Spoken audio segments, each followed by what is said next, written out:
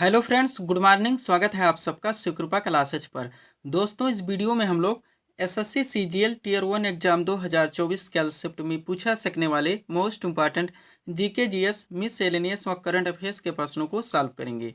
दोस्तों, ये सारे क्वेश्चंस हमारे आपके एग्जाम में पूछे जाने वाले प्रश्नों के सभी टॉपिक्स, प्रश्नों के लेवल, वहाँ प्रश्नों के ट्रेंड्स, इसके अलावा दोस्तों आपके प्रीवियस ईयर एग्जाम्स के प्रश्नों को पूरी तरह से एनालाइज करके बनाया गया एक मोस्ट इंपॉर्टेंट वीडियो है।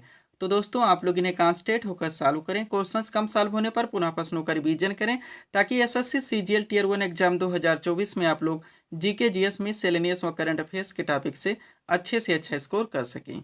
ध्यान रखें दोस्तों, आपके एग्जाम में आपका पूरा जीके यानी कि हिस्ट्री, पॉलिटी, ज्योग्राफी, इकोनॉमिक्स, पूरा आपका मिससेलेनियस यानी विविध का चैप्टर, पूरा आपका जीएस यानी कि जनरल साइंस व करंट अफेयर्स, इन सभी टॉपिक्स का अच्छा खासा वेटेज है। 50 नंबर्स के क्वेश्चंस आपके इन सभी टॉपिक से पूछे जाएंगे। तो चलिए दोस्तों, ज़्यादा समय न लेते हुए हम लोग इन सभी मोस्ट इंपॉर्टेंट प्रश्नों को सॉल्व करना शुरू करते हैं। दोस्तों, क्वेश्चन से स्टार्ट करेंगे हम लोग पॉलिटी के टॉपिक से। क्वेश्चन है हमारा, अस्पृश्यता का अंत भारतीय संविधान के किस अनुच्छेद में वर्णित है? करेक्ट आंसर होगा अनुच्छेद 17 में। पहला क्वेश्चन हमारा किस टॉपिक से है दोस्तों? फंडामेंटल राइट से है, यानी कि मूल अधिकार से है, जो कि हमारा सुपर टॉपिक है, ट्रेंडिंग टॉपिक है, एवरग्रीन टॉपिक है। हमारे हर शिफ्ट में दोस्तों यहाँ से क्वेश्चंस देखने को मिलेंगे। तो मोस्ट वन सीट आपके सामने लगा दी गई। 100% सब कुछ पूरी तरह से कवर कर लिया गया है।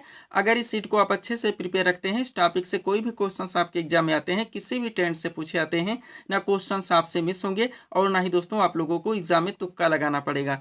तो चलिए दोस्तों, इस सुपर टॉपिक्स को हम लोग पूरी तरह से कवर करना शुरू करते हैं। क्वेश्चन था हमारा, अस्पृश्यता का अंत भारतीय संविधान के किस अनुच्छेद में वर्णित है? करेक्ट आंसर होगा अनुच्छेद 17 में। अब आप लोग पूरे सीट को अच्छे से कवर करेंगे। देखिएगा दोस्तों, इंपॉर्टेंट पॉइंट है हमारा। पहला पॉइंट है हमारा, भारतीय संविधान में मूल अधिकारों का वर्णन संविधान के अनुच्छेद 12 से 35 तक है, जो कि संविधान का भाग 3 है। आगे बढ़िएगा। प्रारंभ में मूल अधिकारों की संख्या 7 थी, लेकिन 44वें संविधान संशोधन 1978 के द्वारा संपत्ति के अधिकार को मूल अधिकार से हटाकर एक विधिक अधिकार यानी कि एक कानूनी अधिकार बना दिया गया और अनुच्छेद 300 का में जोड़ दिया गया।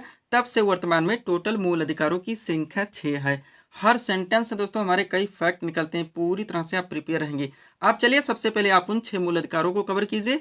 पहला दोस्तों आपका समानता का अधिकार, जिसका प्रावधान भारतीय संविधान में अनुच्छेद 14 से लेकर 18 तक है। नेक्स्ट आता है दूसरा आपका स्वतंत्रता का अधिकार, जिसका प्रावधान भारतीय संविधान में अनुच्छेद 19 से लेकर 22 तक आता है। तीसरा दोस्तों आपका शोषण के विरुद्ध अधिकार, जिसका प्रावधान भारतीय संविधान में अनुच्छेद 23 से लेकर 24 तक आता है। चौथा आपका दोस्तों धार्मिक स्वतंत्रता का अधिकार, जिसका प्रावधान भारतीय संविधान में अनुच्छेद 25 से लेकर 28 तक है। पांचवा आपका संस्कृति एवं शिक्षा संबंधी अधिकार, जिसका प्रावधान भारतीय संविधान में अनुच्छेद 29 से लेकर 30 तक है। और छठा आपका यानी लास्ट है संवैधानिक उपचारों का अधिकार, जिसका प्रावधान भारतीय संविधान में अनुच्छेद 32 में है। पूरी तरह से आप प्रिपेयर रहेंगे। ये चीजें थी दोस्तों जहां से डायरेक्टली क्वेश्चन बनते हैं। अब चलिए, आपका सुपर टॉपिक है, तो यहाँ से दोस्तों जितने भी आर्टिकल से आपके एग्जाम में क्वेश्चन बन सकते हैं, सबको A to Z हम लोग पूरी तरह से कवर करेंगे। पहला पॉइंट देखिएगा, विधि के समक्ष समानता का अधिकार संविधान के किस अनुच्छेद में है? तो अनुच्छेद 14 में है। अगला पॉइंट है हमारा, अनुच्छेद 15 का संबंध किससे? दोस्तों एक बात ध्यान दीजिएगा, कभी कभी क्या होता है, आपके क्वेश्चन में डायरेक्ट कॉन्सेप्ट दिए जाते हैं और आपके ऑप्शन में आर्टिकल दिए जाते हैं, आपको आंसर करने होते हैं, जैसे कि पॉइंट नंबर 1 है। पॉइंट नंबर 2 आप देखिएगा दोस्तों, कभी कभी क्या होता है, आपके क्वेश्चन में डायरेक्ट आर्टिकल दिया जाता है, आपके दोस्तों ऑप्शन में कॉन्सेप्ट दिए जाते हैं और आपको आंसर देने होते हैं। तो हर ट्रेंड से दोस्तों आप लोग क्वेश्चंस को मेंटेन रखें, ध्यान रखिएगा। तो अनुच्छेद 15 का संबंध हमने बताने दोस्तों, तो धर्म, मूलवंश, जात, लिंग या जन्मस्थान के प्रतिषेध से। अनुच्छेद 16 का संबंध दोस्तों लोक नियोजन के विषय में अवसर की समानता का, या आप कह सकते हैं सरकारी पद प्राप्ति के समान अवसर का प्रावधान किया गया है। नेक्स्ट, अनुच्छेद 17 आपका हाईलाइटेड ही है, इसमें अस्पृश्यता के अंत का प्रावधान किया गया है और अनुच्छेद 18 में उपाधियों के अंत का प्रावधान किया गया है। अनुच्छेद 19 की बात की जाए दोस्तों, तो इसमें विचार एवं अभिव्यक्ति की स्वतंत्रता का प्रावधान है और अनुच्छेद 20 में अपराधों के लिए दोष सिद्धि के संबंध में संरक्षण का प्रावधान है। अनुच्छेद 21 में दोस्तों प्राण और देही स्वतंत्रता का प्रावधान है, ध्यान रखेंगे आप लोग। और नेक्स्ट आपका दोस्तों अनुच्छेद 21 का आता है, जो कि सुपर पॉइंट है। इसमें दोस्तों 6 से 14 वर्ष तक के सभी बच्चों को अनिवार्य और निःशुल्क शिक्षा का प्रावधान किया गया है, पूरी तरह से आप ध्यान रखेंगे। अनुच्छेद 23 की बात की जाए तो इसमें मानव दुर्व्यापार एवं बलात्श्रम का प्रतिषेध है और अनुच्छेद 24 में कारखानों आदि में बालकों के नियोजन का प्रतिषेध है। अनुच्छेद 29 में दोस्तों अल्पसंख्यक वर्गों के हितों के संरक्षण का प्रावधान किया गया है और अनुच्छेद 32 में संवैधानिक उपचारों के अधिकारों का प्रावधान किया गया है। पूरी तरह से दोस्तों आप प्रिपेयर रहेंगे। थोड़ा सा आप दोस्तों हमारा नोट देखिए, ताकि ये टॉपिक आपका पूरी तरह से कंप्लीट हो सके। ध्यान दीजिएगा दोस्तों, 44वें संवैधानिक संशोधन 1978 ने यह स्पष्ट किया कि राष्ट्रपति द्वारा राष्ट्रीय आपातकाल के दौरान अनुच्छेद 20 जिसमें प्रावधान है अपराधों के लिए दोष सिद्धि के संबंध में संरक्षण, और अनुच्छेद 21 जिसमें प्रावधान किया गया है जीवन और व्यक्तिगत स्वतंत्रता को निलंबित नहीं किया जा सकता। डायरेक्टली आपके एग्जाम में क्वेश्चन बनते हैं दोस्तों, ध्यान रखिएगा कि कौन कौन से हमारे अधिकार हैं या आर्टिकल हैं, अनुच्छेद हैं जो कि आपातकाल के दौरान भी नष्ट नहीं होते, समाप्त नहीं होते, खत्म नहीं होते। तो अनुच्छेद 20-21 से ध्यान रखेंगे। लास्ट पॉइंट यहाँ से हमारा भारतीय संविधान में वर्णित मूल अधिकार यूएसए के संविधान से लिया गया, ये भी आप लोग ध्यान रखेंगे। इतना दोस्तों इस टॉपिक को आपको पूरी तरह से प्रिपेयर रखने ध्यान दीजिएगा। सब्सक्राइब करें आप हमारे स्टडी चैनल शिवकृपा क्लासेज को इसी तरह के वीडियोस के लिए। आगे बढ़ेंगे, थोड़ा सा पीडीएफ के बारे में बात होगी, पुनः दोस्तों हम लोग अगले टॉपिक्स को कंप्लीट करेंगे। ध्यान दीजिएगा दोस्तों, एसएससी ऑल एग्जाम्स और रेलवे ऑल एग्जाम्स का ऑल इन वन पीडीएफ हमारे द्वारा पूरी तरह से कंप्लीट कर लिया गया। आपकी बहुत सारी वैकेंसीज लगी, आप जानते हैं। एसएससी में सबसे पहले दोस्तों आपका सीजीएल है, उसके बाद में एमटीएस है, फिर जीडी है। रेलवे में आप जानते हैं आरपीएफ कांस्टेबल, एसआई, एलपी है, टेक्नीशियन है, एनटीपीसी ग्रुप डी है। तो दोस्तों इसमें आपका जो पूरा पाठ्यक्रम है, उनके क्वेश्चंस के वेटेज को, उनके लेवल को, उनके ट्रेंड को, सब कुछ पूरी तरह से एनालाइज करके ये पीडीएफ नया वर्जन हमारे द्वारा रेडी किया गया है। इनमें से दोस्तों आप लोग किसी भी वैकेंसीज में फाइट के लिए आप इस पीडीएफ को परचेज कर सकते हैं। केवल इसकी 100 रुपीज़ पेड फीस रखिए। व्हाट्सएप नंबर आप लोगों के सामने, जहां पर आप जुड़कर पीडीएफ ले सकते हैं। इसमें दोस्तों पूरा आपका साइंस का भी स्पेशल पीडीएफ आएगा, यानी फिजिक्स, केमिस्ट्री, बायो का। पूरा आपका दोस्तों जीके यानी हिस्ट्री, पॉलिटी, जियोग्राफी, इकोनॉमिक्स का स्पेशल पीडीएफ आएगा। पूरा मिसलेनियस यानी विविध को लेकर पूरा आपका दोस्तों करंट का भी स्पेशल पीडीएफ आएगा। बढ़ेंगे हम लोग अगले टॉपिक्स की ओर। अगला क्वेश्चन दोस्तों हमारे सामने देखेंगे किस टॉपिक से क्वेश्चन रखा गया है। देवधर ट्रॉफी किस खेल से संबंधित है? करेक्ट आंसर का क्रिकेट से। टॉपिक कौन सा दोस्तों हमारा? जो राष्ट्रीय दोस्तों कप एवं ट्रॉफियां हैं किस खेल से संबंधित है? डायरेक्टली क्वेश्चंस बनते हैं, आप लोग जानते हैं।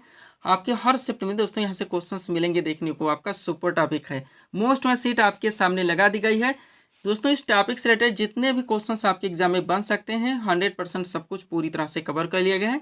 इसी में से आपके एग्जाम्स में डायरेक्टली क्वेश्चंस बनते रहते हैं और कंटिन्यू रिपीट होते रहते हैं। तो चलिए इस टॉपिक को हम लोग पूरी तरह से कवर करना शुरू करते हैं। क्वेश्चन था हमारा, देवधर ट्रॉफी किस खेल से संबंधित है? करेक्ट आंसर का क्रिकेट से। अब टॉपिक है दोस्तों हमारा प्रमुख राष्ट्रीय कप एवं ट्रॉफियां। देखेंगे एक तरफ खेलों के नाम दिए गए हैं, दूसरी तरफ संबंधित कप एवं ट्रॉफियों के नाम दिए गए हैं। शुरू करते हैं दोस्तों हम लोग हॉकी से। तो इसमें बात की जाए तो सबसे पहले आगा खा कप आपका सुपर हो ही जाता है। इसके बाद में बेगम रसूल ट्रॉफी जो कि महिलाओं का है, Maharaja Ranjit Singh gold cup, lady Ratan Tata trophy जो कि महिलाओं का है, गुरु नानक चैंपियनशिप जो कि महिलाओं का ही है, ध्यानचंद ट्रॉफी आपका सुपर रहेगा, नेहरू ट्रॉफी सुपर है, सिंधिया गोल्ड कप और वेलिंगटन कप। जितने इंपॉर्टेंट है पूरी तरह से कवर है। आप इसको दोस्तों अच्छे से प्रिपेयर रखेंगे। आगे बढ़ेंगे हम लोग। अगला क्या दोस्तों हमारा फुटबॉल। तो फुटबॉल खेल से जुड़े दोस्तों कप एवं ट्रॉफियों के नाम देखेंगे आप लोग। सबसे पहले डीसीएम ट्रॉफी हो गया, डूरन कप आपका सुपर रहता ही है, रोवर्स कप हो गया, वीसी राय ट्रॉफी हो गया जो कि राष्ट्रीय चैंपियनशिप है, संतोष ट्रॉफी सुपर रहता ही, ये भी एक राष्ट्रीय चैंपियनशिप है, सुपर 2 मुखर्जी कप और सर आशुतोष मुखर्जी ट्रॉफी। ये इतने आपको ध्यान रखने हैं। क्रिकेट से संबंधित अधिकांश आप लोग जानते भी होंगे। रणजी ट्रॉफी जो कि राष्ट्रीय चैंपियनशिप है, ईरानी ट्रॉफी हो गया दोस्तों, सीके नायडू ट्रॉफी हो गया, रानी झांसी ट्रॉफी हो गया, देवधर ट्रॉफी आपका सुपर रहेगा ही, जीडी बिरला ट्रॉफी। इतना आपको पूरी तरह से प्रिपेयर रखेंगे। टेबल टेनिस खेल से संबंधित दोस्तों कप एवं ट्रॉफी अगर आप लोग देखेंगे तो वारना वेले कप जो कि पुरुषों का है, जयलक्ष्मी कप महिलाओं का है, राजकुमारी चैलेंज कप दोस्तों जूनियर महिलाओं का है, रामानुज ट्रॉफी ये जूनियर पुरुष का है, ध्यान रखेंगे। आगे बढ़ेगा। बैडमिंटन से संबंधित कप एवं ट्रॉफियां देखेंगे तो आपका नारंग कप इससे संबंधित है, चड्डा कप हो गया, अमृत दीवान कप हो गया। बास्केटबॉल से संबंधित नेहरू कप और फेडरेशन कप केवल 2 आपको ध्यान रखने हैं। पोलो से संबंधित एजरा कप हो गया, पृथ्वीपाल सिंह कप हो गया और राधा मोहन कप हो गया। इतने आपको पूरी तरह से प्रिपेयर रखने हैं। थोड़े से और हैं, क्या है आपका दोस्तों, गोल्फ से संबंधित कप एवं ट्रॉफियां देखने हैं तो वाकर कप, सर्किट कप और राइडर कप। ये इतने आपको प्रिपेयर रखने हैं। पीडीएफ के बारे में हम आपको बता चुके हैं दोस्तों। एसएससी ऑल एग्जाम्स और रेलवे ऑल एग्जाम्स का सब कुछ पूरी तरह से एनालाइज करके उनके वेटेज, उनके ट्रेंड, उनके लेवल, उनके प्रीवियस ईयर क्वेश्चंस, ये पीडीएफ दोस्तों हमारे द्वारा पूरी तरह से कंप्लीट कर लिया गया जो कि अभ्यर्थियों को दिए जा रहे हैं। इसके अलावा बिहार एसएससी का जो दोस्तों 10+2 की वैकेंसी है, इसका पीडीएफ नया वर्जन रेडी किया गया है। यूपी ट्रिपल एससी से जुड़े विभिन्न वैकेंसीज के जीके जीएस और यूपी स्पेशल यानी यूपी स्पेशल के स्टैटिक व करंट के पीडीएफ भी हमारे द्वारा पूरी तरह से कंप्लीट किए गए हैं। बढ़ेंगे हम लोग अगले टॉपिक्स की ओर। अगला क्वेश्चन आपका किस टॉपिक से देखेंगे हम लोग। क्वेश्चन रखा गया है वॉलीबॉल के प्रत्येक पक्ष में कितने खिलाड़ी होते हैं, तो 6 खिलाड़ी। ये भी आपका दोस्तों सुपर टॉपिक है, जो कि टॉपिक नाम है विभिन्न खेलों में प्रत्येक पक्ष के खिलाड़ियों की संख्या। छोटा सा टॉपिक है, इजीली टॉपिक है, लेकिन डायरेक्टली क्वेश्चन बनते हैं, आप लोग जानते हैं। हम आपको बता भी चुके हैं दोस्तों, खेलों से रिलेटेड बहुत सारी सीटें आपके PDF में लगाई गई, क्योंकि यहाँ से क्वेश्चन अधिक से अधिक आपके एग्जाम्स के हॉट शिफ्ट में देखने को मिलते हैं। तो चलिए दोस्तों, इस टॉपिक से रिलेटेड जितने भी आपके एग्जाम्स के लिए क्वेश्चंस बनते हैं सब कुछ पूरी तरह से कवर है, आप इसको अच्छे से रिवाइज रखेंगे। क्वेश्चन था हमारा वॉलीबॉल के प्रत्येक पक्ष में कितने खिलाड़ी होते हैं, करेक्ट आंसर होगा 6 खिलाड़ी। टॉपिक था हमारा विभिन्न खेलों में प्रत्येक पक्ष के खिलाड़ियों की संख्या। अब एक तरफ खेलों के नाम दिए गए, दूसरी तरफ खिलाड़ियों की संख्या के नाम। सबसे पहले रग्बी फुटबॉल के प्रत्येक पक्ष में टोटल 15 खिलाड़ी होते हैं। हॉकी हो गया, क्रिकेट हो गया, फुटबॉल, तीनों एक साथ देखेंगे, इसमें 11 खिलाड़ी होते हैं। बेसबॉल और खो खो में दोस्तों 9 खिलाड़ी होते हैं। जिम्नास्टिक में दोस्तों 8 खिलाड़ी होते हैं। किसी भी ट्रिक से, किसी भी कॉमन सेंस से दोस्तों आप इसको अपने दिमाग में बैठा के रखेंगे। वाटर पोलो हो गया और कबड्डी हो गया, इसमें 7 खिलाड़ी होते हैं। वॉलीबॉल में 6 खिलाड़ी होते हैं। बास्केटबॉल में 5 खिलाड़ी होते हैं। पोलो में दोस्तों 4 खिलाड़ी होते हैं। लाल टेनिस हो गया, बैडमिंटन हो गया, टेबल टेनिस, इसमें 1 या 2 खिलाड़ी होते हैं। इतना आपको यहाँ से प्रिपेयर रखने हैं। बढ़ेंगे दोस्तों हम लोग अगले टॉपिक्स की ओर। अगला क्वेश्चन आपका किस टॉपिक से देखेंगे हम लोग। क्वेश्चन रखा गया है भारतीय संविधान में वर्णित समवर्ती सूची की प्रेरणा किस देश के संविधान से ली गई, करेक्ट आंसर होगा ऑस्ट्रेलिया के संविधान से। टॉपिक आपका क्या दोस्तों, भारतीय संविधान के विदेशी स्रोत। आप जानते हैं आपका सुपर टॉपिक है, आपके हर सेट में क्वेश्चंस पूछे जाएंगे। मूल अधिकार कहाँ से ले गए, मौलिक कर्तव्य कहाँ से ले गए, राज्य के नीति निर्देशक तत्व कहाँ से ले गए, संघीय व्यवस्था कहाँ से ले गए, संसदीय शासन प्रणाली कहाँ से ले, विधि का शासन कहाँ से ले गए, समवर्ती सूची कहाँ से ले गए। ये सारे सुपर पॉइंट है दोस्तों, मोस्ट इम्पोर्टेंट आपका टॉपिक है। सब कुछ पूरी तरह से सीट में कवर कर लिया गया है। इसको आप अच्छे से रिवाइज रखेंगे। इस टॉपिक से कोई भी क्वेश्चन आपके एग्जाम में आते हैं, ना क्वेश्चन आपसे मिस होंगे, ना आपको तुक्का लगाना पड़ेगा। तो चलिए शुरू करते हैं हम लोग। क्वेश्चन था हमारा भारतीय संविधान में वर्णित समवर्ती सूची की प्रेरणा किस देश के संविधान से ली गई, करेक्ट आंसर होगा ऑस्ट्रेलिया के संविधान से। टॉपिक हमारा भारतीय संविधान के विदेशी स्रोत। शुरू करते हैं दोस्तों हम लोग ब्रिटेन के संविधान से। तो सबसे पहले संसदीय शासन पद्धति सुपर है दोस्तों, विधि का शासन हो गया, मंत्रिमंडलीय प्रणाली हो गया, एकल नागरिकता आपका सुपर रहेगा ही, द्विसदनीय प्रणाली हो गया, विधायी प्रक्रिया और संसदीय विशेषाधिकार हो गया, परमाधिकार लेख। इतने उपबंध या प्रावधान दोस्तों ब्रिटेन के संविधान से लिए गए हैं, ध्यान रखेंगे। आगे बढ़िएगा, अमेरिका के संविधान से आप देखेंगे तो उद्देशिका के विचार, न्यायिक पुनर्विलोकन हो गया, न्यायपालिका की स्वतंत्रता हो गया, मूल अधिकार आपका सुपर रहेगा ही, उपराष्ट्रपति का पद हो गया, राष्ट्रपति पर महाभियोग हो गया, और उच्चतम न्यायालय तथा उच्च न्यायालय के न्यायाधीशों के हटाए जाने के जो उपबंध हैं या प्रावधान है, इत्यादि चीज़ें दोस्तों अमेरिका के संविधान से लिए गए हैं। पूरी तरह से आप प्रिपेयर रहेंगे। इसलिए दोस्तों हम अपने वीडियोज़ में कभी ऑप्शन यानी विकल्प देकर नहीं बताते हैं आपको, क्योंकि हम जानते हैं कि ये सारी चीज़ें आपकी विकल्प के माध्यम से कभी दोस्तों क्लियर नहीं हो सकती, केवल कन्फ्यूज़न होगा और टाइम टेकिंग होगा। आगे बढ़िएगा, आयरलैंड के संविधान से देखेंगे दोस्तों तो नीति निर्देशकता तो आपका सुपर रहेगा, राष्ट्रपति की निर्वाचन पद्धति तथा राज्यसभा में कुछ सदस्यों का नामांकन, ये प्रावधान आयरलैंड के संविधान से लिए गए हैं। कर्नाटक के संविधान से आप देखिए तो सशक्त केंद्र के साथ संघीय व्यवस्था, आप डाकली कह सकते हैं संघीय व्यवस्था, ऐसा भी पूछा आता है। राष्ट्रपति द्वारा राज्यपालों की नियुक्ति हो गया, उच्चतम न्यायालय का परामर्शी न्याय निर्णय हो गया, और अवशिष्ट शक्तियों का केंद्र में निहित होना, ये प्रावधान कनाडा के संविधान से लिए गए हैं। ऑस्ट्रेलिया के संविधान से देखिए तो संसद के दोनों सदनों की संयुक्त बैठक जो कराई जाती है, उद्देशिका की भाषा हो गया, व्यापार, वाणिज्य और समागम की स्वतंत्रता तथा समवर्ती सूची आपका सुपर रहेगा। ये प्रावधान ऑस्ट्रेलिया के संविधान से लिए गए हैं। जापान के संविधान से केवल एक दोस्तों प्रावधान ध्यान रखेंगे, वो है विधि द्वारा स्थापित प्रक्रिया। आगे बढ़िएगा, अगला आपका क्या है, दक्षिण अफ्रीका के संविधान से देखेंगे तो संविधान संशोधन की जो व्यवस्था है यानी आर्टिकल जो 368 है, इसके अलावा राज्यसभा के सदस्यों का जो निर्वाचन है, ये प्रावधान दक्षिण अफ्रीका के संविधान से लिए गए हैं। रूस यानी पूर्व सोवियत संघ के संविधान से देखा जाए तो मूल कर्तव्य आपका सुपर रहेगा। इसके अलावा प्रस्तावना में जो शब्द जोड़े गए हैं, सामाजिक हो गया, आर्थिक एवं राजनीतिक, ये प्रावधान रूस यानी पूर्व सोवियत संघ के संविधान से लिए गए। इतने आपको पूरी तरह से प्रिपेयर रखने हैं। अगर दोस्तों इस टॉपिक से आपको क्वेश्चन को मिस नहीं होने देना है, ध्यान रखिएगा। PDF के लिए हमारा व्हाट्सअप नंबर है। बढ़ेंगे हम लोग अगले टॉपिक्स की ओर।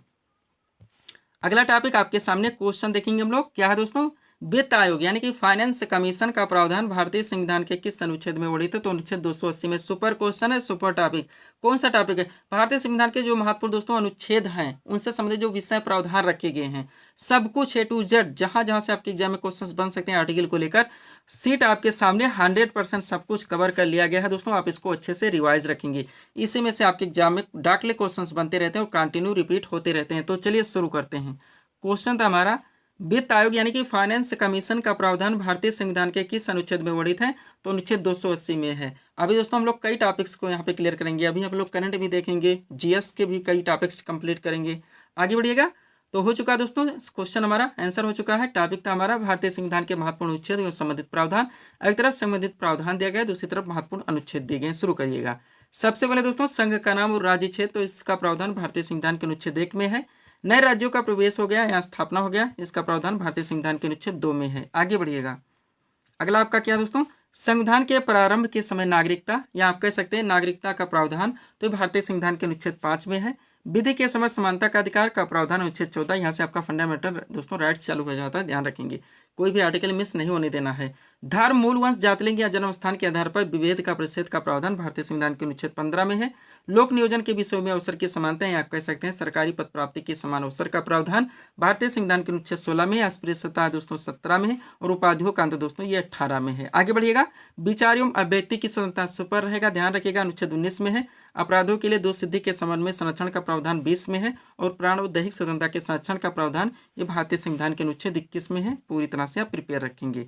आगे बढ़िएगा। अगला है दोस्तों आपका 6 से 14 वर्ष तक के सभी बच्चों को निःशुल्क और अनिवार्य शिक्षा का अधिकार, इसका प्रावधान भारतीय संविधान के अनुच्छेद 21 का में है। नेक्स्ट, अल्पसंख्यक वर्गों के हितों के संरक्षण का प्रावधान अनुच्छेद 29 में है। संवैधानिक उपचारों का अधिकार अनुच्छेद 32 में है। समान न्याय तथा निःशुल्क विधिक सहायता मोस्ट इम्पोर्टेंट अनुच्छेद 39 का में है। ग्राम पंचायतों की स्थापना का प्रावधान भारतीय संविधान के अनुच्छेद 40 में किया गया है। आगे बढ़िएगा। नागरिकों के लिए समान सिविल संहिता करंट का ज्वलंत मुद्दा है, यूसीसी आप लोग जानते हैं, इसका प्रावधान भारतीय संविधान के अनुच्छेद 44 में है। पर्यावरण का संरक्षण एवं संवर्धन तथा वन एवं वन्य जीवों की रक्षा का प्रावधान अनुच्छेद 48 का में है। कार्यपालिका से न्यायपालिका के पृथककरण का प्रावधान भारतीय संविधान के अनुच्छेद 50 में है। आगे बढ़िएगा। अगला क्या दोस्तों, अंतर्राष्ट्रीय शांति और सुरक्षा की वृद्धि का प्रावधान भारतीय संविधान के अनुच्छेद 51 में है। मूल कर्तव्य आपका 51 का में आता है। भारत का राष्ट्रपति अनुच्छेद 52 में आता है। राष्ट्रपति का चुन दोस्तों जो निर्वाचन होता है 54 में है, और राष्ट्रपति के जो निर्वाचन की पद्धति यानी एकल संक्रमणीय जो पद्धति अपनाई जाती है, इसका प्रावधान भारतीय संविधान के अनुच्छेद 55 में है। उपराष्ट्रपति का निर्वाचन ये 66 में है। राष्ट्रपति द्वारा क्षमादान की शक्ति दोस्तों ये अनुच्छेद 72 में है। राष्ट्रपति को सहायता और सलाह देने के लिए जो मंत्रिपरिषद की व्यवस्था की गई, इसका प्रावधान भारतीय संविधान के अनुच्छेद 74 में। और भारत का महान न्यायाधीश कभी नहीं भूलेंगे आप लोग, अटॉर्नी जनरल ऑफ इंडिया यानी कि भारत का प्रथम विधि अधिकारी, इसका प्रावधान भारतीय संविधान के अनुच्छेद 76 में है। आगे बढ़िएगा। अगला क्या है दोस्तों आपका, संसद के गठन का प्रावधान, जिसका प्रावधान संविधान के अनुच्छेद 79 में है। धन विधेयक की परिभाषा 110 में है। वार्षिक वित्तीय विवरण यानी जो बजट जिसको हम लोग कहते हैं, इसका प्रावधान भारतीय संविधान के अनुच्छेद 112 में है। उच्चतम न्यायालय का दोस्तों जो पुनर्विलोकन यानी जो रिव्यू की इसको पावर प्राप्त था, ये अनुच्छेद 137 के तहत है। भारत का नियंत्रक एवं महालेखा परीक्षक यानी CAG, इसका प्रावधान 148 में है। राज्यपाल की नियुक्ति अनुच्छेद 155 में। राज्य का महाधिवक्ता 165 में है। अंतर्राज्यीय परिषद के संबंध में उपबंध का प्रावधान 263 में है। वित्त आयोग यानी फाइनेंस कमीशन जो हमारा क्वेश्चन था, ये आर्टिकल 280 में है। थोड़े और रह गए हैं। क्या क्या दोस्तों, हमारा वित्तीय आपातकाल घोषित करने का जो प्रावधान किया गया आर्टिकल 360 में, और संसद को संविधान में संशोधन करने की शक्ति का प्रक्रिया प्रावधान किया गया है, ये अनुच्छेद 368 के तहत। इतने इस टॉपिक में दोस्तों आपको पूरी तरह से प्रिपेयर रखने, अगर आर्टिकल से कोई क्वेश्चन आपको मिस नहीं होने देना है। PDF के लिए व्हाट्सअप नंबर है। बढ़ेंगे हम लोग अगले टॉपिक्स की ओर। अगला क्वेश्चन दोस्तों आपके सामने है, देखेंगे किस टॉपिक से क्वेश्चन रखा गया है। हरिप्रसाद चौरसिया का संबंध किस वाद्यन से? करेक्ट आंसर होगा बांसुरी से है। क्वेश्चन कहाँ से, किस टॉपिक से? टॉपिक आपका वादक एवं उनके वाद्ययंत्र, आपका सुपर टॉपिक है। हर शिफ्ट में क्वेश्चंस मिलेंगे, आप लोग जानते हैं। मोस्ट ऑन सीट दोस्तों स्मार्ट स्ट्रेटजी के जरिए आपके सामने लगा दी गई है। जब चाहे 2 मिनट में इसको अच्छे से रिवाइज कर सकते हैं। इसी में से आपके एग्जाम में क्वेश्चंस बनते रहेंगे और कंटिन्यू रिपीट होते रहेंगे। तो चलिए सुपर टॉपिक्स को हम लोग पूरी तरह से कवर करना शुरू करते हैं। क्वेश्चन था हमारा, हरिप्रसाद चौरसिया का संबंध किस वाद्यन से? करेक्ट आंसर होगा बांसुरी से। अब देखिएगा सीट आपके सामने, इसको पूरी तरह से दोस्तों हम लोग देखते हैं। इंपॉर्टेंट पॉइंट है हमारा। पहला पॉइंट है दोस्तों, जाकिर हुसैन, अल्लाह रखा खां, गुदई महाराज और सफात खान व लतीफ खां। 5 नाम आपको ध्यान रखने हैं, 5 मोस्ट इंपॉर्टेंट हैं जो कि तबला वादक हैं। नेक्स्ट, पंडित रविशंकर, विलायत खान, निखिल बनर्जी, वंदे हसन और साहित्य प्रवेश। यहाँ पर भी 5 नाम ध्यान रखने हैं। 5 की 5 मोस्ट इंपॉर्टेंट हैं जो कि सितार वादक हैं। आगे बढ़िएगा। हरिप्रसाद चौरसिया, पन्नालाल घोष, रोनू मजूमदार, राजेंद्र कुलकर्णी। 4 नाम आपको ध्यान रखने हैं। 4 मोस्ट इंपॉर्टेंट हैं जो कि बांसुरी वादक हैं। नेक्स्ट, अमजद अली खां, अलाउद्दीन खां, अली अकबर खां और हाफिज खां। 4 मोस्ट इंपॉर्टेंट हैं जो कि सरोद वादक हैं। नेक्स्ट, उस्ताद बिस्मिल्लाह खान और दयाशंकर जगन्नाथ। 2 नाम ध्यान रखने जो कि शहनाई वादक हैं। आगे बढ़िएगा। गोविंद स्वामी पिल्लई और एल सुब्रमण्यम, केवल 2 नाम ध्यान रखने जो कि वायलिन वादक हैं। अब आगे बढ़िएगा। केवल 1 नाम ध्यान रखने हैं, उस्ताद रहमान खान जो कि पखावत से हैं। एक ही नाम ध्यान रखने हैं, TB गोपालकृष्णन जो कि मृदंग से हैं। एक ही नाम ध्यान रखने हैं, नीरू स्वामी पिल्लई जो कि नादस्वरम से हैं। एक ही नाम ध्यान रखना है, शिव कुमार शर्मा जो कि संतूर से हैं। एक ही नाम ध्यान रखने असद अली खां जो कि रुद्रवीणा से हैं, एक ही नाम ध्यान रखने एस बालचंद्रन जो कि बीणा से हैं केवल, और अन्नपूर्णा देवी एक ही नाम ध्यान रखने जो कि सुरबाज से। इतने आपको दोस्तों पूरी तरह से प्रिपेयर रखने, जब चाहे आप इस सीट को अच्छे से 1 मिनट में रिवाइज कर सकते हैं। इसलिए दोस्तों हम ऑप्शन नहीं लगाते, अगर ऑप्शन इसमें यानी विकल्प कर दिए होते तो चीज़ें आपकी कभी कंप्लीट नहीं होती, केवल कंफ्यूजन क्रिएट होता, आपका स्रोत का बांसुरी में जाता, तबला का आपका सितार में चला आता। तो आप इसको पूरी तरह से प्रिपेयर रखेंगे। बढ़ेंगे दोस्तों हम लोग अगले टॉपिक्स की ओर।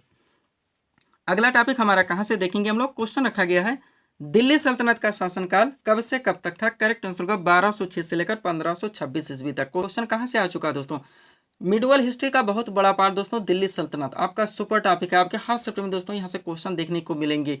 मोस्ट सीट आपके सामने लगा दी गई है, 100% सब कुछ पूरी तरह से कवर कर लिया गया।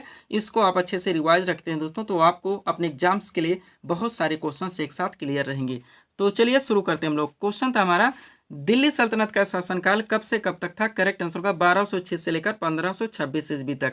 आप देखिएगा दोस्तों इंपॉर्टेंट पॉइंट हमारा सारा लगा हुआ है, A to Z सारी चीजें कंप्लीट किए गए हैं, पूरी तरह से आप प्रिपेयर रहेंगे।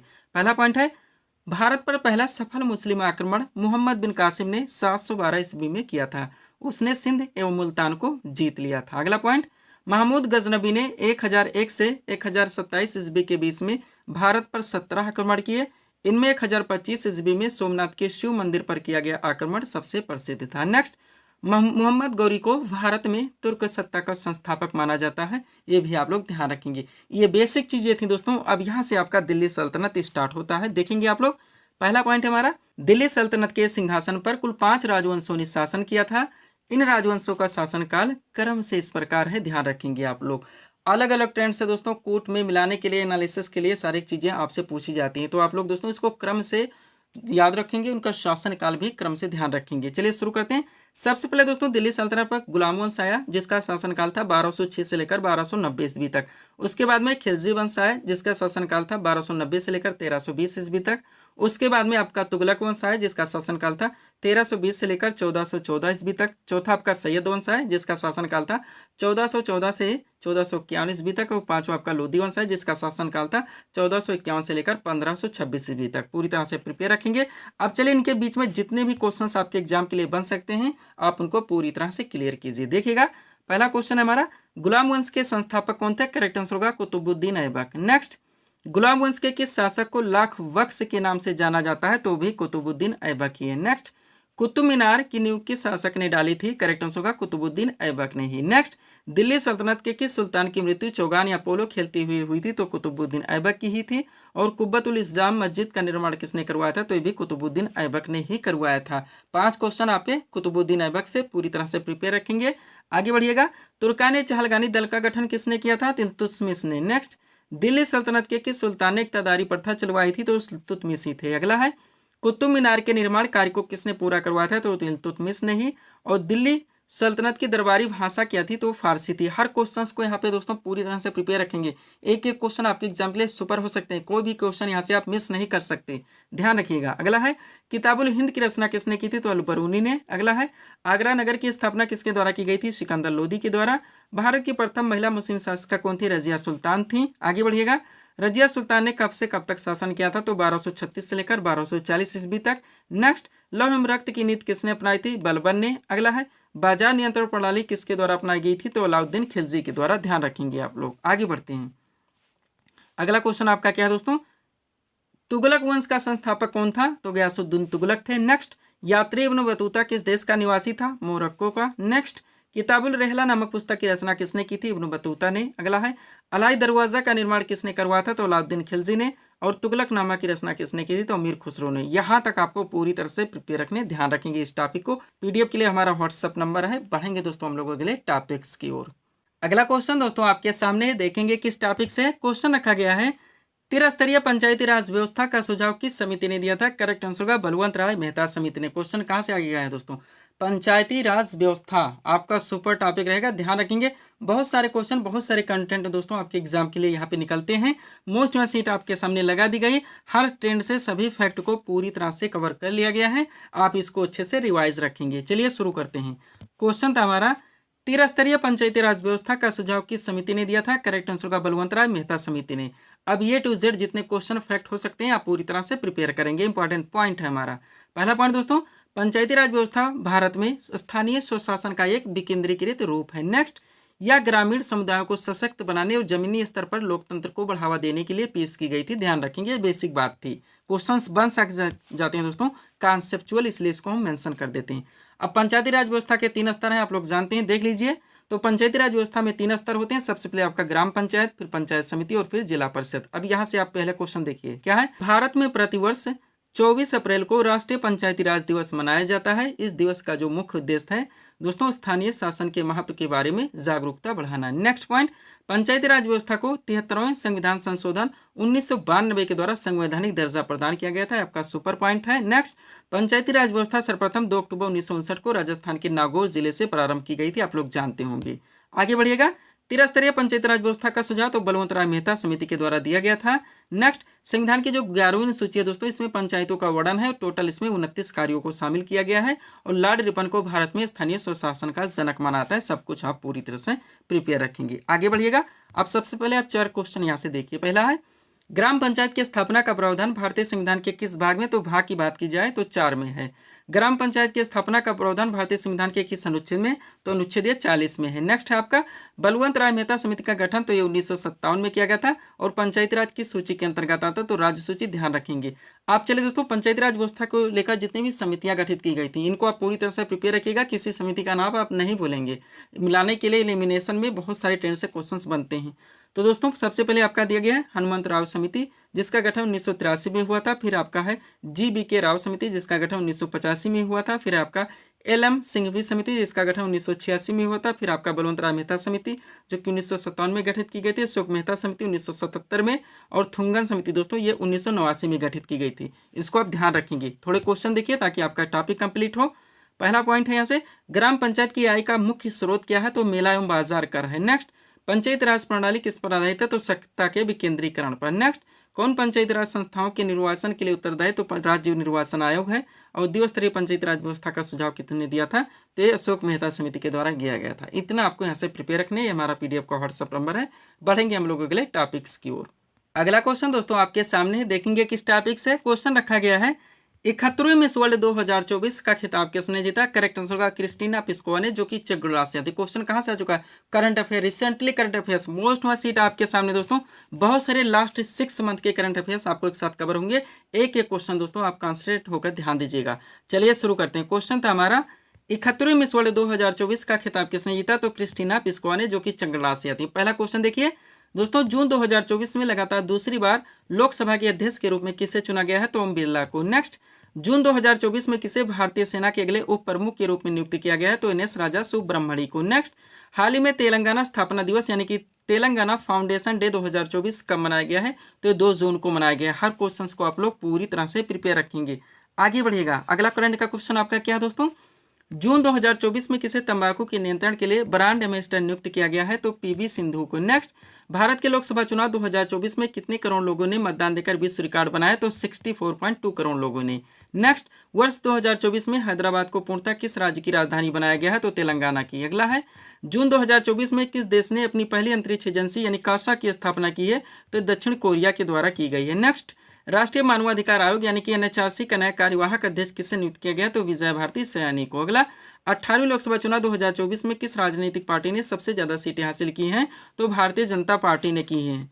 सब कुछ पूरी तरह से आप प्रिपेयर रखेंगे। आगे बढ़िएगा। क्वेश्चन क्या आपका, विश्व पर्यावरण दिवस यानी कि वर्ल्ड इन्वायरमेंट डे 2024 कब मनाया गया है, तो 5 जून को। नेक्स्ट, किसे दीनदयाल बंदरगाह प्राधिकरण के अध्यक्ष के रूप में नियुक्त किया गया है, तो सुशील कुमार सिंह को। अगला, जून 2024 में किसने एशिया के सबसे अमीर व्यक्ति का खिताब हासिल कर लिया, फिर से दोस्तों, तो गौतम अडानी है। हिंदी साहित्य भारती पुरस्कार 2024 से किसे सम्मानित किया, कृष्ण प्रकाश को। और विश्व दुग्ध दिवस यानी कि वर्ल्ड मिल्क डे 2024 का मनाया गया, तो 1 जून को मनाया गया। ध्यान रखेंगे। आगे बढ़िएगा। क्वेश्चन आपका, वर्ष 2024 में रिलायंस इंडस्ट्रीज द्वारा भारत के पहले मल्टी मॉडल लॉजिस्टिक्स पार्क का निर्माण कहाँ शुरू किया गया है, तो ये चेन्नई तमिलनाडु में किया गया है। एग्जैक्ट लोकेशन आपका चेन्नई रहेगा। ध्यान रखिएगा। आगे बढ़िएगा। क्वेश्चन आपका क्या लगा है, विश्व तंबाकू निषेध दिवस 2024 का मनाया गया 31 मई को। नेक्स्ट, जून 2024 में किसे राज्यसभा में सदन का नया नेता नियुक्त किया गया है? तो जेपी नड्डा को। अगला है अंतर्राष्ट्रीय नाविक दिवस 2024 हाल ही में कब मनाया गया? 25 जून को। फ्रेंच ओपन 2024 में पुरुष सिंगल का खिताब किसने जीता है? कार्लोस अल्कारेज ने। और विश्व खाद्य सुरक्षा दिवस यानी कि वर्ल्ड फूड सेफ्टी डे 2024 कब मनाया गया? 7 जून को। अगला, जून 2024 में एप्पल को पछाड़कर दुनिया की दूसरी सबसे मूल्यवान कंपनी कौन सी बनी गई है? तो एनवीडिया है, आप लोग ध्यान रखेंगे। आगे बढ़ते हैं। अगला क्वेश्चन आपका क्या है दोस्तों? विश्व महासागर दिवस 2024 यानी कि वर्ल्ड ओशियंस डे 2024 कब मनाया गया? तो 8 जून को मनाया गया। कब? 8 जून को। पूरी तरह से आप प्रिपेयर रखेंगे। पीडीएफ के बारे में दोस्तों हम आपको सारा कुछ बता ही चुके हैं। आगे बढ़ेंगे, थोड़े करंट के क्वेश्चन हम लोग और सॉल्व करेंगे। करंट का अगला क्वेश्चन है दोस्तों हमारा, T20 मैच में 500 छक्के लगाने वाले पहले भारतीय खिलाड़ी कौन बने? तो रोहित शर्मा है। नेक्स्ट, इंडियन प्रीमियर लीग यानी कि IPL 2024 का खिताब किसने जीता है? कोलकाता नाइट राइडर्स यानी कि KR ने। नेक्स्ट, नॉर्वे शतरंज टूर्नामेंट 2024 में महिला एकल का खिताब किसने जीता? आर वैशाली ने। अगला, कर्मचारी चयन आयोग यानी कि SSC के अध्यक्ष के रूप में किसे नियुक्त किया गया? राकेश रंजन को। ध्यान रखेंगे। भारत फ्रांस संयुक्त सैन्य अभियान नाम है शक्ति 2024 का 7वां संस्करण कहाँ आयोजित किया जाएगा? तो उमरोई मेघालय में। नेक्स्ट, वर्ष 2024 में किसे लता मंगेशकर दीनानाथ पुरस्कार से सम्मानित किया गया है दोस्तों? तो 2 लोगों को, रणदीप हुड्डा को और अमिताभ बच्चन को। ध्यान रखेंगे। आगे बढ़ते हैं। अगला क्वेश्चन आपका करंट का क्या है दोस्तों? वर्ष 2024 में ICC T20 विश्व कप का ब्रांड एम्बेसडर किसे नियुक्त किया गया है? तो हुसैन बोल्ट और युवराज सिंह, 2 लोगों को। नेक्स्ट, प्रबोस सुबियांतो को किस देश का नया राष्ट्रपति नियुक्त किया गया? तो इंडोनेशिया का। अगला, विश्व विरासत दिवस यानी कि वर्ल्ड हेरिटेज डे 2024 का मनाया गया? 18 अप्रैल को। नेक्स्ट, इंडियन प्रीमियर लीग यानी कि IPL 2024 में ऑरेंज कप का खिताब किसने जीता? विराट कोहली ने। और अंतर्राष्ट्रीय सौर संगठन यानी ISA का 99वां सदस्य कौन सा देश बन चुका है? तो स्पेन है। नेक्स्ट, 2024 में 88वें ज्ञानपीठ पुरस्कार से किसे सम्मानित किया गया? तो गुलजार जगतगुरु रामभद्राचार्य को। नेक्स्ट, भारतीय वायुसेना ने वायु शक्ति नाम है 24 अभ्यास का आयोजन कहाँ किया है? तो राजस्थान में किया। कहाँ पे? राजस्थान में। आगे बढ़िएगा। अगला क्वेश्चन आपका क्या लगा है दोस्तों? देखेंगे आप लोग। क्वेश्चन हमारा, विश्व क्षय रोग दिवस 2024 हाल ही में कब मनाया गया है? 24 मार्च को। नेक्स्ट, हिंद महासागर में भारतीय नौसेना के द्वारा शुरू किए गए ऑपरेशन का नाम बताना है? तो ऑपरेशन संकल्प है। अगला, 71वें मिस वर्ल्ड 2024 का खिताब किसने जीता है? तो क्रिस्टिना पिस्कोवा, जो कि चेक गणराज्य से आती हैं। नेक्स्ट, किस देश में विश्व की पहली हवाई टैक्सी सेवा का शुभारंभ किया गया? तो ये दुबई में किया गया। ध्यान रखेंगे। नेक्स्ट, किस राज्य में 36वां राष्ट्रीय पुस्तक मेला का आयोजन किया गया? तो हैदराबाद तेलंगाना में। हिंदी पत्रकारिता दिवस 2024 हाल ही में कब मनाया गया? तो 30 मई को मनाया गया है। आगे बढ़ेंगे। अगला क्वेश्चन आपका क्या लगा है? देखेंगे दोस्तों। जून 2024 में 18वीं लोकसभा में विपक्ष के नेता यानी कि लीडर ऑफ ओपोजिशन कौन बने हैं? तो राहुल गांधी हैं। ध्यान रखेंगे आप लोग। आगे बढ़िएगा। क्वेश्चन है आपका, अंडर 17 एशियाई कुश्ती चैंपियनशिप 2024 में भारत ने कुल कितने पदक जीते हैं? तो टोटल 11 पदक। नेक्स्ट, एक पेड़ माँ के नाम अभियान की शुरुआत किसके द्वारा की गई? तो प्रधानमंत्री नरेंद्र मोदी के द्वारा। नेक्स्ट, जून 2024 में महासागर स्थिति रिपोर्ट 2024 को किसके द्वारा जारी किया गया है? तो यूनेस्को। इसका फुल फॉर्म जरूर ध्यान रखिए। UNESCO, United Nations educational scientific and cultural organization, संयुक्त राष्ट्र शैक्षिक वैज्ञानिक एवं सांस्कृतिक संगठन, 1945 में स्थापना हुई थी। मुख्यालय फ्रांस की राजधानी पेरिस में है। नेक्स्ट, लोकसभा चुनाव 2024 में सबसे अधिक वोटों के अंतर से जीतने वाले सांसद तो शंकर लालवानी है। और लास्ट क्वेश्चन करंट का आपका, जून 2024 में प्रसिद्ध अंबुबाची मेला किस राज्य में प्रारंभ हुआ? तो असम में। कहाँ पे? असम में। तो दोस्तों इस वीडियोस में बस इतना ही। हालांकि हम इसमें साइंस को भी ऐड करना चाहते थे, लेकिन वीडियो लंबा खिंच रहा है, तो अगले वीडियोस में कवर करेंगे। तो दोस्तों मिलते हैं हम आपको अगले वीडियोस में। Thanks for watching.